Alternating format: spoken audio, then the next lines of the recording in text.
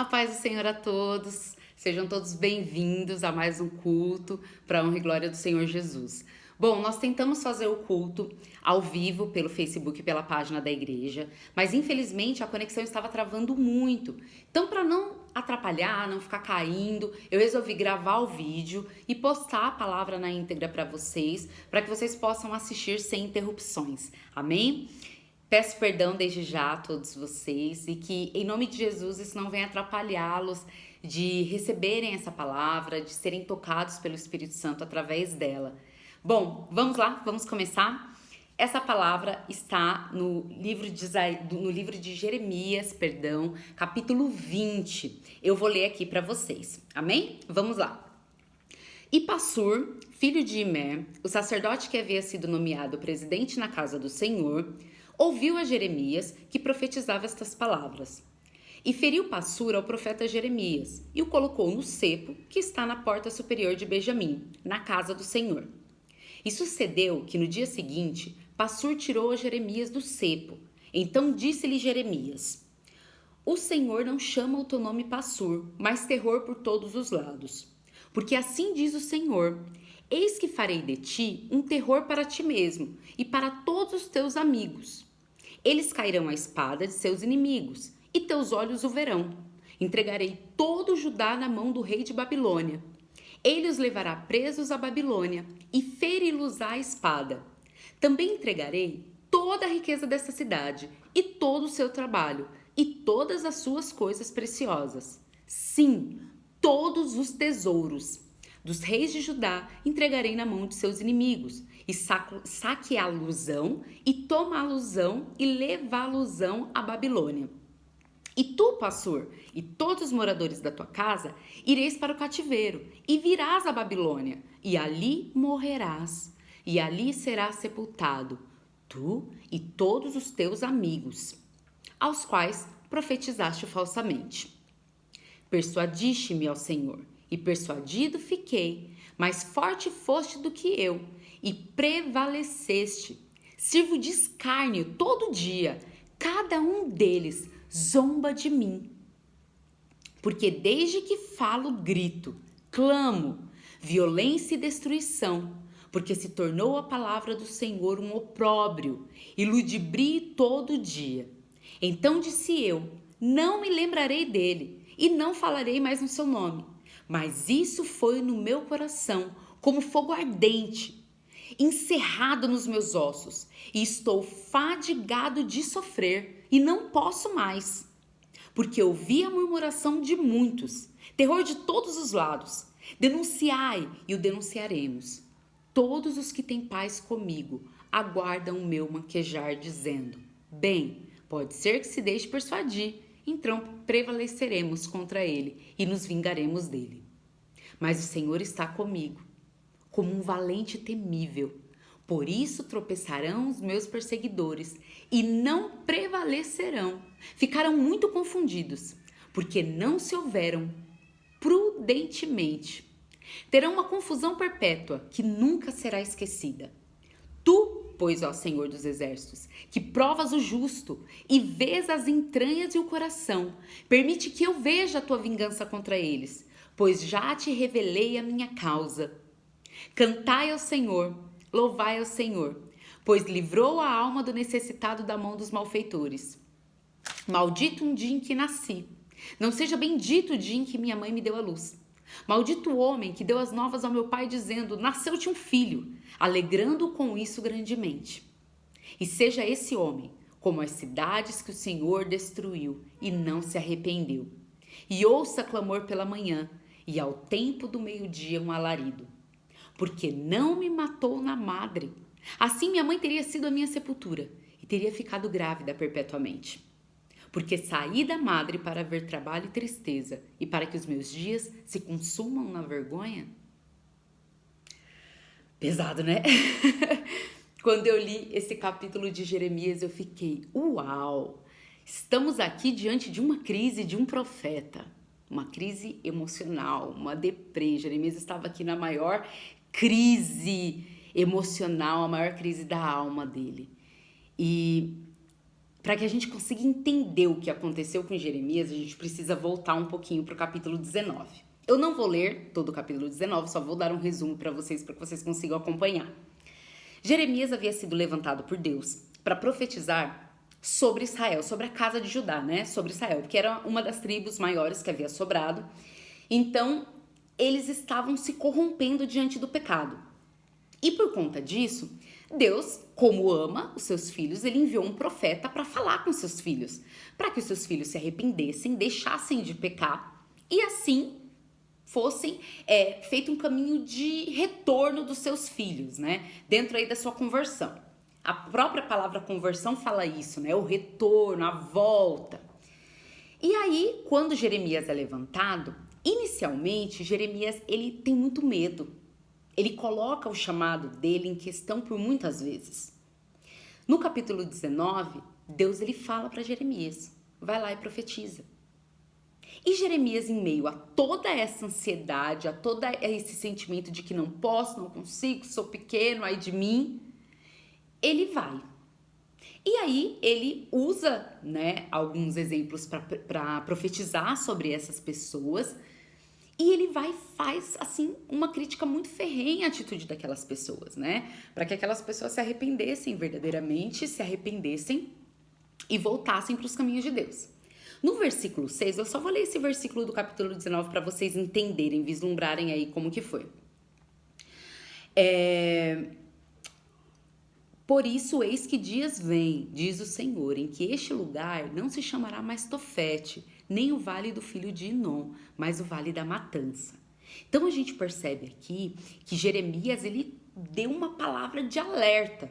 Ele deixou muito bem claro o que aconteceria a eles se eles não se arrependessem. Só que o que vai acontecer? Quando a gente começa a ler o capítulo 20 de Jeremias, é importante que a gente venha fazer uma análise aí muito cuidadosa para que a gente não se perca. Quando eu li o capítulo, eu li igual eu fiz aqui com vocês, né? No batidão. Peguei, li o capítulo inteiro e eu fiquei meditando. Falei, mas peraí, uma hora ele tá falando com Deus, uma hora ele tá falando com esse Passur, uma hora ele tá revoltado, uma hora ele tá se lamentando, uma hora ele tá adorando a Deus. O que tá acontecendo? E aí eu fui lendo cada um dos versículos isoladamente, tentando entender direitinho o que estava acontecendo. E aí eu vou fazer para vocês isso. A gente vai ler versículo por versículo para que a gente consiga entender. Então vamos lá. Primeiro,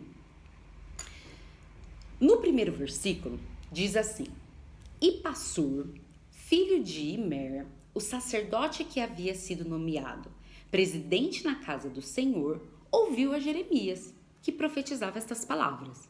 Então, quem era esse homem? Quem era esse Passur? Passur, ele foi filho de Imer, como está relatado no primeiro versículo, e ele foi escolhido no reino de Judá, na tribo de Judá, para ser um presidente do templo. Então, ele era uma espécie de profeta do templo, de pastor do templo. Então, ele coordenava o templo, ele organizava e tudo mais, e aí ele foi levantado por essas pessoas, né, pelo reino de Judá, para isso. Só que ele vai começar a se corromper no meio desses pecados. Ele vai começar a agir com prudência. Ele vai começar a usar de falsas profecias para fazer com que o povo ficasse com medo e ficasse do lado dele. Ou fazer profecias para fazer com que o povo sentisse vontade, se sentisse apropriado das bênçãos de Deus para ficar do lado dele. E aí, quando ele ouve a Jeremias, né? E por que Jeremias vai até ele para profetizar? Porque ele era um símbolo ali, uma liderança naquele momento daquelas pessoas. Então, Jeremias já vai ali na raiz do problema, ele já vai ali no porta-voz. No versículo 2, nos mostra exatamente o que ele toma, qual a atitude que esse profeta toma ao ouvir Jeremias. E feriu Passur ao profeta Jeremias e o colocou no cepo que está na porta superior de Benjamim, na casa do Senhor. Primeiro, ele não gostou, obviamente, do que ele ouviu, ele não deve ter gostado muito dessa profecia, porque o que ele faz? Ele vai ferir a Jeremias, ele vai atacar Jeremias, e depois que Jeremias cai ferido, ele pega Jeremias e coloca no cepo. O que era o cepo? O cepo, ele era um instrumento de castigo daquela época. que era feito de madeira, e geralmente o condenado, né, a pessoa que era presa, ficava presa pelos pés. Então, através disso, as pessoas também utilizavam muito cepo quando eles queriam capturar animais.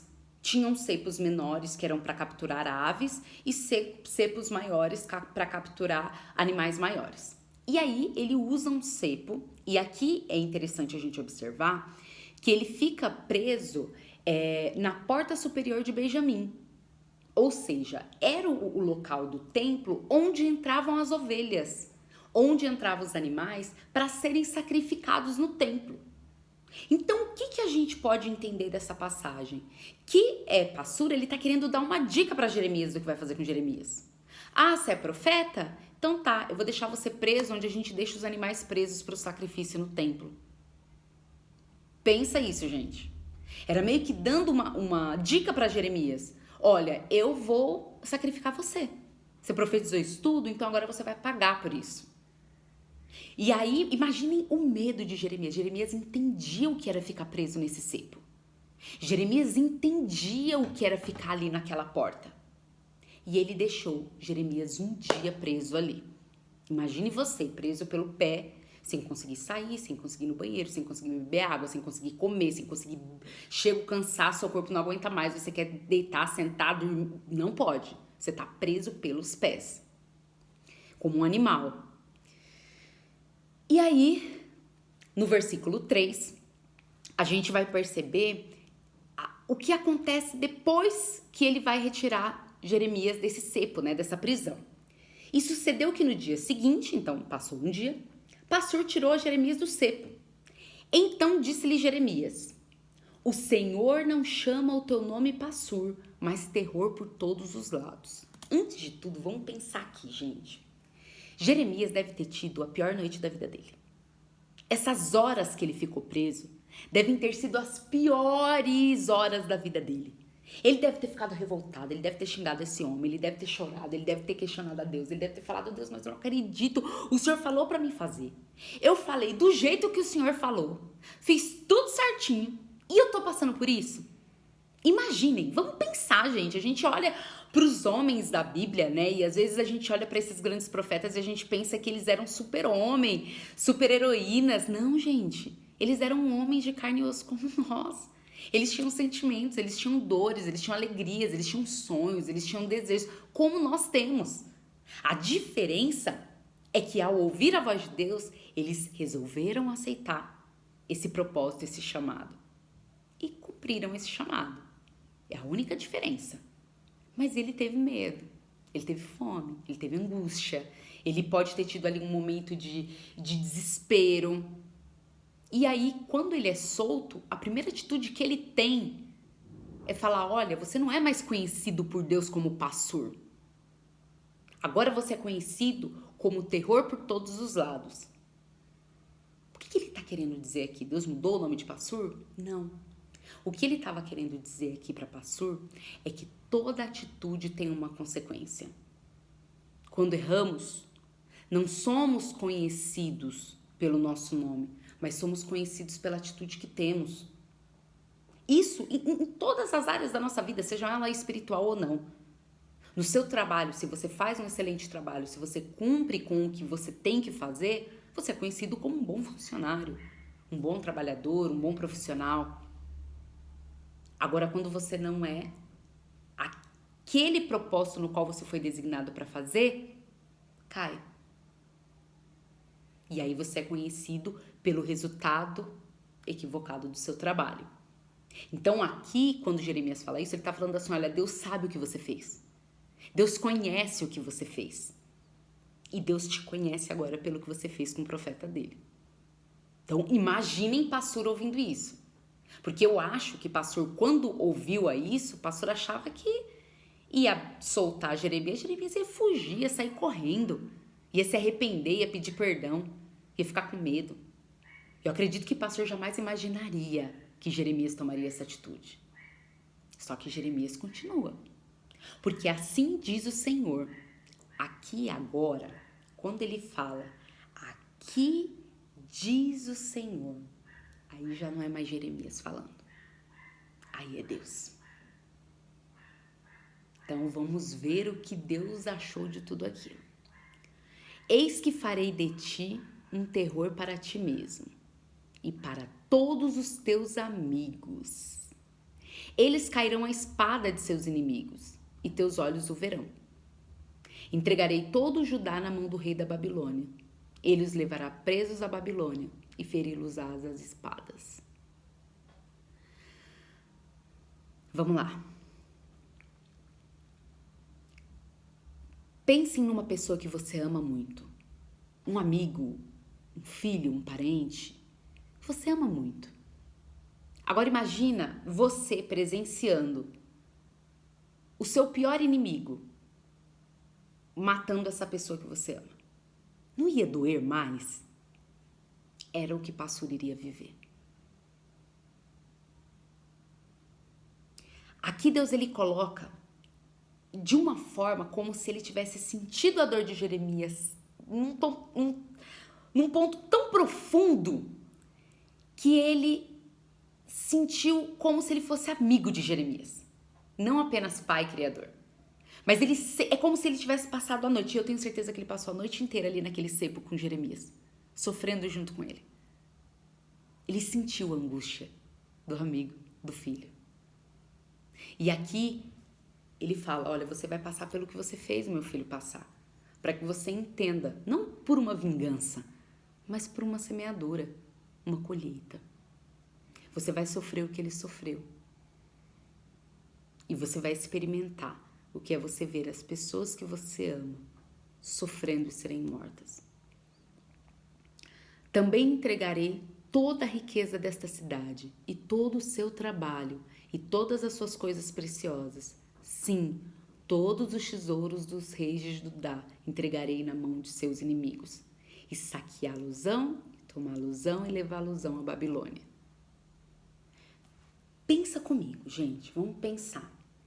Você trabalha o dia inteiro, o mês inteiro, a semana inteira, sofrido ali. Trabalha todos os dias, pensando, olha, no fim do mês eu tenho as contas para pagar. Eu vou comprar, um exemplo, né? Vou comprar a geladeira, minha geladeira tá queimando, eu vou trabalhar, vou juntar dinheiro para trocar a minha geladeira. Quando você compra essa geladeira, o gosto que você sente, a conquista, sabe? O gosto da conquista é maravilhoso. Não pela geladeira, mas por você ter conseguido fazer aquilo, cumprir aquilo que estava no seu coração. Quando Deus ele fala que, olha, eu também vou entregar toda a sua riqueza. E eu também vou entregar todo o seu trabalho e todas as suas coisas preciosas. Aqui Deus deixa claro para Passur que ele sabia que na vida de Passur existia valor e importância. Às vezes a gente dá valor para algumas coisas, valor monetário. Mas o que realmente importa na nossa vida são coisas que geralmente a gente não pode comprar. E aqui, quando Deus deixa claro isso, ele está deixando claro para Passur. Você vai perder os seus bens financeiros, você vai perder o fruto do seu trabalho, você vai perder as pessoas que você ama e você vai perder tudo aquilo que te importa. Imaginem a cara de Passur ouvindo tudo isso.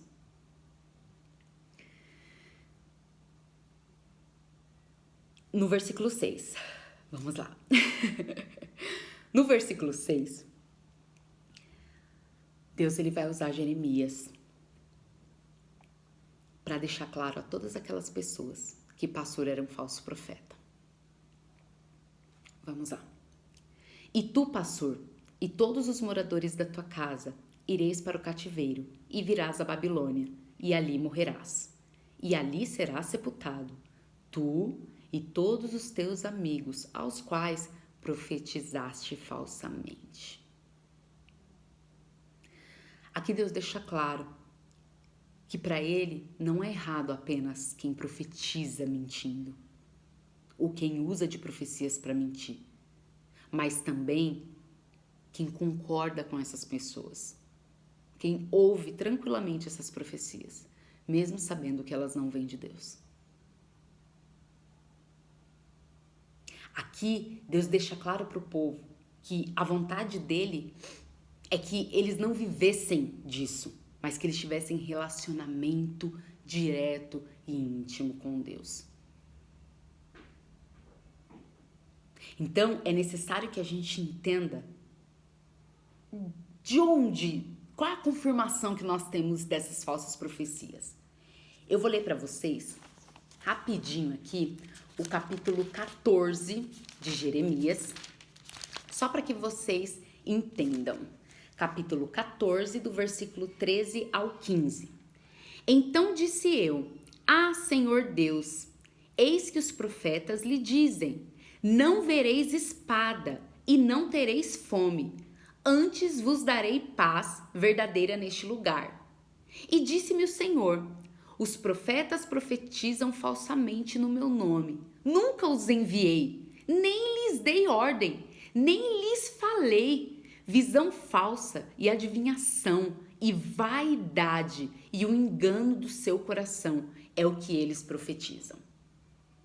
Gente, isso é muito forte. Olhem isso. Esses profetas, inclusive Passur, estavam profetizando para o povo que o povo não ia ter luta, que o povo ia viver em paz por servir a Deus. Nós sabemos quantos de nós tivemos as nossas vidas de cabeça para baixo quando a gente resolveu servir a Deus. A própria Bíblia diz: o mundo jaz do maligno. Então nós sabemos que enquanto filhos de Deus, isso não nos isenta, a identidade de filho de Deus não nos isenta de vivermos problemas. Esses homens sabiam que esse momento que eles estavam vivendo da história era um momento onde a humanidade estava perdida no pecado. Como assim eles não teriam problemas? Como assim eles viveriam dias de paz se eles estavam pecando? Vocês percebem? Eles estavam mentindo na casa de Deus. Eles estavam sabendo que essas pessoas erravam. E como representantes da casa do Senhor, ao invés, de o pastor chegar e falar: olha, você está errado, vem aqui, você quer ajuda, posso te ajudar e tal. Não, fica tranquilo, você vai viver dias de paz. Gente, a pessoa que nos ama, ela nos corrige, ela nos orienta. Ela nos leva à nossa melhor versão. E Passur não. Passur, para manter o povo do lado dele, ele deixava o povo ir pecando. E aí Deus desmascara ele nesse versículo 6. No versículo 7, ele vai falar dessa experiência que Jeremias teve. Aqui é Jeremias falando, tá? Persuadiste-me, ó Senhor, e persuadido fiquei. Mais forte foste do que eu, e prevaleceste. Sirvo de escárnio todo dia. Cada um deles zomba de mim. Aqui, quando eu li essa passagem, eu fiquei imaginando a cena. Eu fiquei imaginando como se fosse um filme. Imaginem só, vocês ficam presos por um dia, amarrado pelo pé, como um animal. Depois de fazer a vontade de Deus, depois de falar o que Deus pediu para você falar. Eu fico imaginando Jeremias falando assim: eu nunca mais vou falar nada. Deus, eu nunca mais, olha, nunca mais eu vou me deixar ser usado por você. Quando você pedir para me falar, eu não vou falar. Porque aqui ele diz: persuadiste-me, Senhor, e persuadido fiquei. Vocês percebem que é num rompante? Jeremias é solto, imediatamente ele começa a falar. Primeiro ele fala o que ele acha, depois ele fala. Deus fala através dele, ele é usado por Deus. Então ali, eu imagino Deus falando: olha, eu sei que Jeremias não vai querer me usar, então deixa eu já ir falando por ele. E aqui ele fala: Deus, você me persuadiu, eu não queria. E o Senhor me persuadiu e persuadido eu fiquei. Eu sei que muitas vezes, você que está assistindo esse vídeo, acha que não dá mais para Deus te usar. Talvez você ache que você já foi longe demais no seu pecado.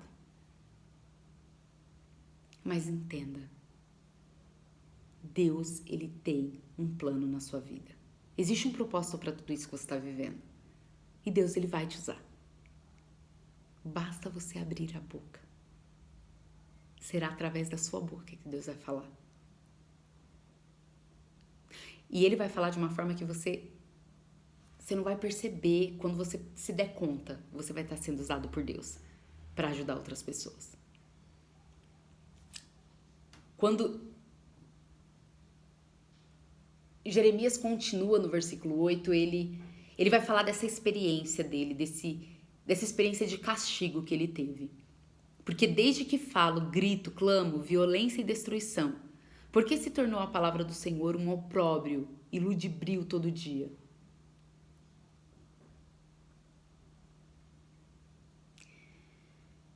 Olha isso daqui, gente, versículo 9. Então disse eu, não me lembrarei dele e não falarei mais no seu nome. Mas isso foi no meu coração, como fogo ardente. Encerrado nos meus ossos, estou fatigado de sofrer e não posso mais. Jeremias, ele vai falar aqui que naquele momento que ele estava preso, ele experimentou uma experiência de castigo, de dor, de sofrimento, de angústia tão grande que ele pensa em desistir. Ele pensa em falar, olha, acabou. Eu tô ouvindo a murmuração de todo mundo. Eu tô ouvindo os filhos de Deus falando que não aguenta mais esse povo no templo pecando e errando e fingindo ser homem de Deus e não é. Eu não aguento mais ouvir esse povo falando que tem medo de ser levado escravo.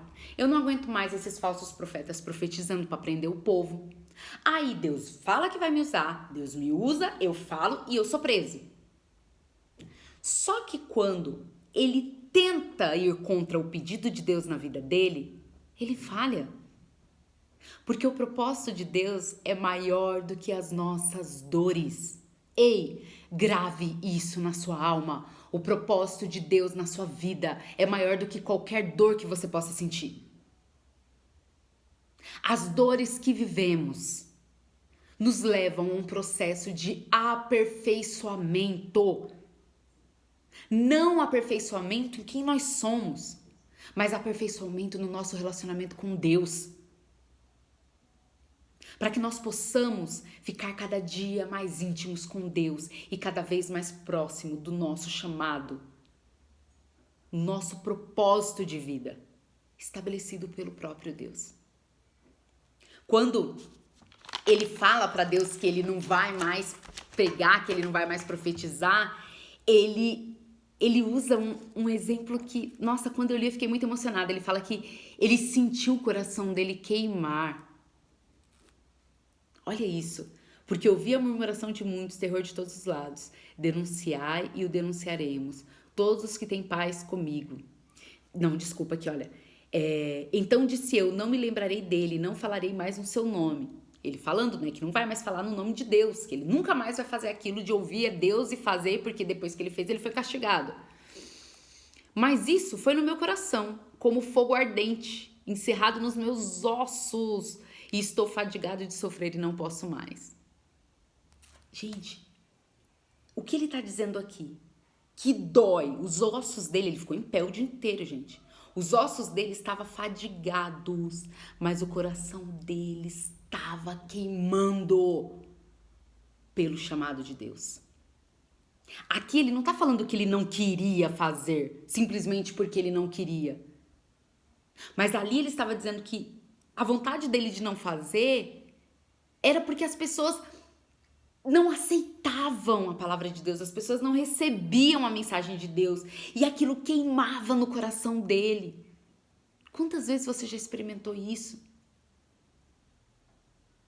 De você ter uma vida com Deus, você falar com Deus e você querer que outras pessoas experimentem aquilo e as pessoas não quererem aquilo e as pessoas simplesmente rejeitarem aquela mensagem. Quantas vezes, quanto tempo faz que o seu coração não queima mais de vontade de pregar a palavra de Deus? Talvez você está vivendo um momento assim como Jeremias. Ah, não, isso não é para mim. Eu só vou sentar e ouvir, eu não quero mais. Eu sei que o seu coração está queimando. Eu sei que o seu coração queima quando você vê alguém que você ama longe dos caminhos de Deus. Eu sei que o seu coração queima vendo o povo de Deus sofrendo tantos problemas como nós sofremos hoje em dia. Eu sei quanto o seu coração queima quando você vê tantas pessoas sem esperança por não servirem a Deus. Às vezes, fazer a vontade de Deus vai além das nossas forças. A Bíblia deixa claro aqui que Jeremias já não tinha mais força. Mas, mesmo sem forças, Deus usou a Jeremias. Talvez você tá assim, sem forças. Talvez você tá nesse momento de eu não tô aguentando mais, é tanta dor, é tanto cansaço que o meu corpo tá doendo, assim como o de Jeremias estava. Talvez a sua dor na alma está tão grande que você já está somatizando ela no seu corpo. Mas ei, mesmo em meio às dores e sofrimentos, se Deus quiser, Ele vai te usar. Não adianta fugir. Quando Ele quer, Ele usa. Pois somos instrumentos dEle, somos vasos dEle. Quando Ele quer nos encher, Ele nos enche e nos usa. No versículo 11, ele vai trazer uma mensagem que, para mim, talvez é o versículo mais bonito desse capítulo. É como se Jeremias estivesse numa roda gigante, numa montanha russa de emoções. Igual a nossa vida de crente, sabe? Que um dia tá lá em cima, ai, eu tô bem, Deus, obrigado. No outro dia acontece alguma coisa, ai, Deus, por quê? Aqui, no versículo 8, 9, eu vejo Jeremias fazendo isso, ó. Eu não tô aguentando, tá doendo meu corpo, eu não aguento. E aí no versículo 11 ele sobe, ele entende. Mas o Senhor está comigo como um valente e temível. Por isso tropeçarão os meus perseguidores e não prevalecerão. Ficarão muito confundidos, porque não se houveram prudentemente. Terão uma confusão perpétua que nunca será esquecida. Se atente só à primeira parte desse versículo, olha isso daqui. Mas o Senhor está comigo como um valente temível. Gente, olha que lindo isso. Jeremias, ele entendeu que Deus estava com ele em todos os momentos. Ele entendeu que Deus, ele era um valente, que Deus, ele lutava as batalhas de Jeremias. Aqui Jeremias, eu até me emociono porque é muito lindo a maneira com que Jeremias enxerga Deus aqui. Como alguém presente no meio da angústia, como ele vê ali que no meio da angústia dele, no meio do sofrimento dele, ele consegue perceber a Deus. Ele consegue ver a presença de Deus ali. Eu sei que talvez você possa estar enfrentando um dos piores momentos da sua vida. De angústia, de problema, seja ele financeiro ou não. Mas ei, feche seus olhos e sinta Deus por um momento. Feche seus olhos e sinta a presença de Deus aí do seu lado, te abraçando, lutando as suas batalhas. Segurando na sua mão e dizendo, ei filho, eu estou aí com você. Ei filha, eu estou contigo. Como um pai amoroso que não abandona os seus filhos. Que permite que os seus filhos possam passar por problemas, mas jamais que passe por problemas sozinhos. No versículo 12, ele vai exaltar cada vez mais Deus. Tu, pois, ó Senhor dos exércitos, que provas o justo e vês as entranhas e o coração, permite que eu veja a tua vingança contra eles, pois já te revelei a minha causa. Aqui Jeremias está deixando claro que, primeiro, ele coloca Deus como Senhor dos exércitos, ou seja, como um general de guerra, né? Um homem forte que vai lutar a batalha dos seus filhos. E depois ele vai falar, olha, o Senhor é aquele que conhece as entranhas, o interior, conhece o coração. O Senhor sabe que essa vingança não é para mim, mas eu quero viver para ver esses homens sendo presos e levados à Babilônia, não por mim, mas para que as pessoas vejam o que acontece com aquele que não ouve a Deus. Aqui, a gente percebe uma sede de justiça de Jeremias, de querer que as pessoas que não cumpriam a palavra de Deus, as pessoas que não davam atenção à palavra de Deus, fossem de alguma forma punidas. Aqui é um momento de dor de Jeremias, onde ele está lutando e falando, ei, ele está começando a entrar em um momento onde ele está saindo da crise e falando, não, Deus, olha, que seja feito vingança de tudo isso.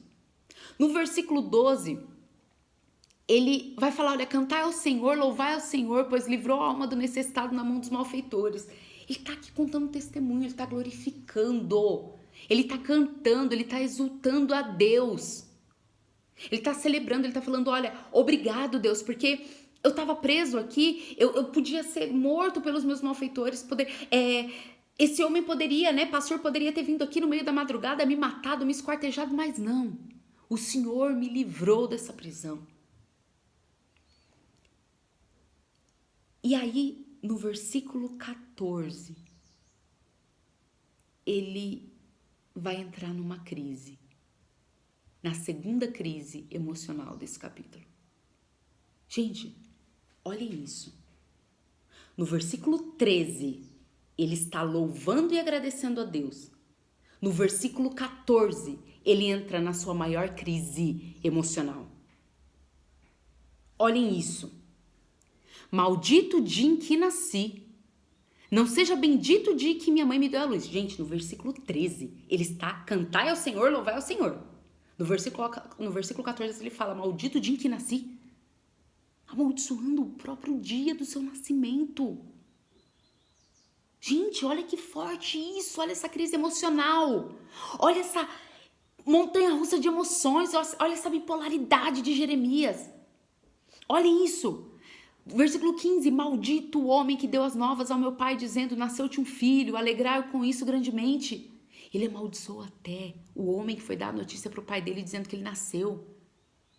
Gente, naquela época, para os judeus, os filhos são literalmente herança. Um homem era considerado abençoado se ele tivesse um filho. Jeremias falar isso é algo muito forte. Olhem o versículo 16. E seja esse homem como as cidades que o Senhor destruiu e não se arrependeu. Quais são essas cidades que Deus destruiu e não se arrependeu? Aqui ele está fazendo uma alusão às cidades de Campina, né? Que é aquelas cidades de Gênesis, que Deus vai destruir com fogo. Olhem isso, que forte. No versículo 17, ele está buscando um conforto no meio da dor dele, no meio da crise. Olha só, porque não me matou na madre. Assim minha mãe teria sido a minha sepultura e teria ficado grávida perpetuamente. O que ele está querendo dizer? Deus, se for para nascer para viver isso, sabe? Ser chamado desde o ventre da minha mãe para ser profeta. E aí eu cresço, fico adulto, aceito esse chamado, vou, profetizo, sou preso, as pessoas zombam da palavra de Deus, as pessoas riem, as pessoas fazem escárnio, as pessoas ficam zombando de mim. Ei, Deus, por que você não me matou na barriga da minha mãe? Porque ali eu ia ficar no conforto, eu não ia ter problema. Ei, todos nós que passamos por uma crise queremos nos manter no conforto. Na verdade, o nosso lamento no meio da crise é justamente por sair da zona de conforto. Mas ei, querido, zona de conforto não traz crescimento. A gente só cresce em intimidade, a gente só cresce em conhecimento com Deus através das lutas, pois são as lutas que nos moldam como filhos de Deus. Jeremias aqui estava numa crise tão grande, mas tão grande, que ele não desejava nem ter nascido. No versículo 18, por que sair da madre para ver trabalho e tristeza e para que os meus dias se consumam na vergonha? Aqui ele está cobrando, aqui ele está falando, ei, por quê? Para que tudo isso? Era para isso que eu fui levantado como profeta? Entendam, cumprir um chamado de Deus. Esse final desse capítulo aqui, 20 de Jeremias, ele termina esse capítulo falando, ei, esse chamado de Deus é para quê? Ele questiona Deus, ele está questionando a Deus, falando assim, é para isso que eu fui chamado? É para sofrer? Aqui, Jeremias ele vai entrar numa crise com o chamado dele. É como se ele falasse para Deus, Deus, me fala, é para isso que o Senhor me chamou? É para sofrimento? Não era para pregar a sua palavra? Não era para trazer uma mensagem de arrependimento? Qual é então o intuito do Senhor ter me chamado? E o capítulo acaba aqui. O capítulo vai se encerrar aqui. Com esse questionamento de Jeremias. Ao desenrolar do livro de Jeremias, nós vamos assistir pastor ser preso, levado à Babilônia, cativo, com seus amigos sendo mortos ao fio de espada dos seus inimigos. Exatamente o que Deus usou Jeremias para profetizar. Jeremias pôde ver isso. Mas o foco aqui não é um sentimento de vingança que foi feito, mas deixar claro para você. Eu não quero que você foque, ai, nossa, então Jeremias foi vingado por Deus, né? Porque pastor foi preso, igual Jeremias falou. Não, isso não importa. Isso não é importante aqui nesse momento. O importante é saia da sua crise. Pare de questionar Deus. Pare de falar para Deus, Deus, mas por quê? Por quê? Por quê? Por quê? Ei, pare agora. Não foi para isso. Não foi para questionar que Deus te levantou. Não foi para você se revoltar com Deus por enfrentar problemas. Não foi para isso que Deus te chamou. Deus te chamou para algo muito maior.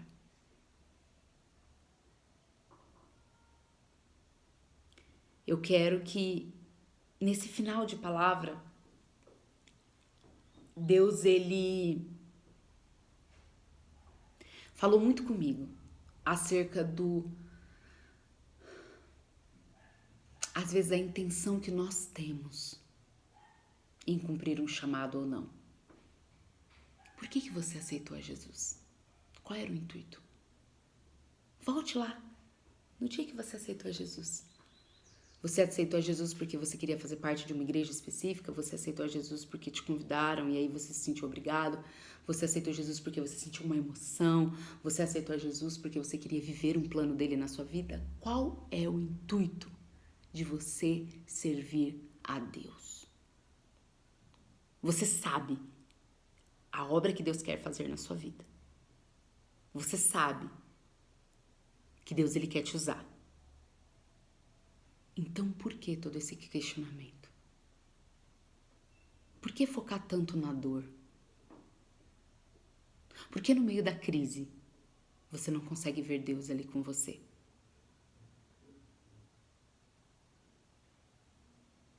Muitas vezes nós temos, por sermos falhos, é natural isso. E isso eu não falo como uma crítica, isso eu me incluo. É natural no meio do problema a gente só enxergar o problema. A gente só enxergar a dor. Mas nós não devemos esquecer que Deus está conosco o tempo todo no meio da angústia. Tem um salmo que eu gosto muito que ele diz: na minha angústia eu clamei ao Senhor e ele ouviu a minha voz.